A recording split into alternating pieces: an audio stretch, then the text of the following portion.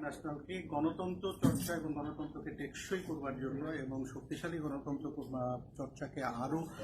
সামাজিকভাবে এবং রাজনৈতিক দলগুলোর মধ্যে গণতন্ত্র চর্চা, পারিবারিকভাবে গণতন্ত্র চর্চা এবং এই গণতন্ত্রকে আরও মূল্য দেবার জন্য এবং টেকসই করবার জন্য নির্বাচন যেমন একটি প্রক্রিয়া এবং সেই গণতন্ত্রকে আরও সামাজিকভাবে একটি আন্দোলনে পরিণত করবার জন্য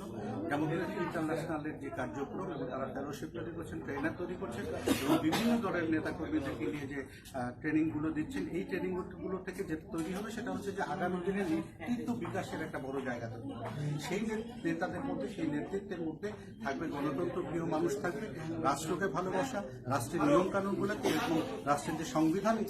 দিয়ে যে রাষ্ট্র পরিচালিত হয় সেই জায়গাটা শিখবার একটা জায়গা তৈরি হবে। আমি মনে করি যেখানে একটি বিদ্যালয়, এই বিদ্যালয় হচ্ছে গণতন্ত্র শিক্ষার বিদ্যালয়, এই বিদ্যালয় হচ্ছে দেশপ্রেমের বিদ্যালয়, এই বিদ্যালয় হচ্ছে মাটি মানুষকে একসঙ্গে করে সকল রাজনীতিবিদকে এক জায়গায় নিয়ে আসে একটি সুন্দর ফেলোশিপ তৈরি করবার একটা বিশাল স্কিম বলে আমি মনে করি। ধন্যবাদ।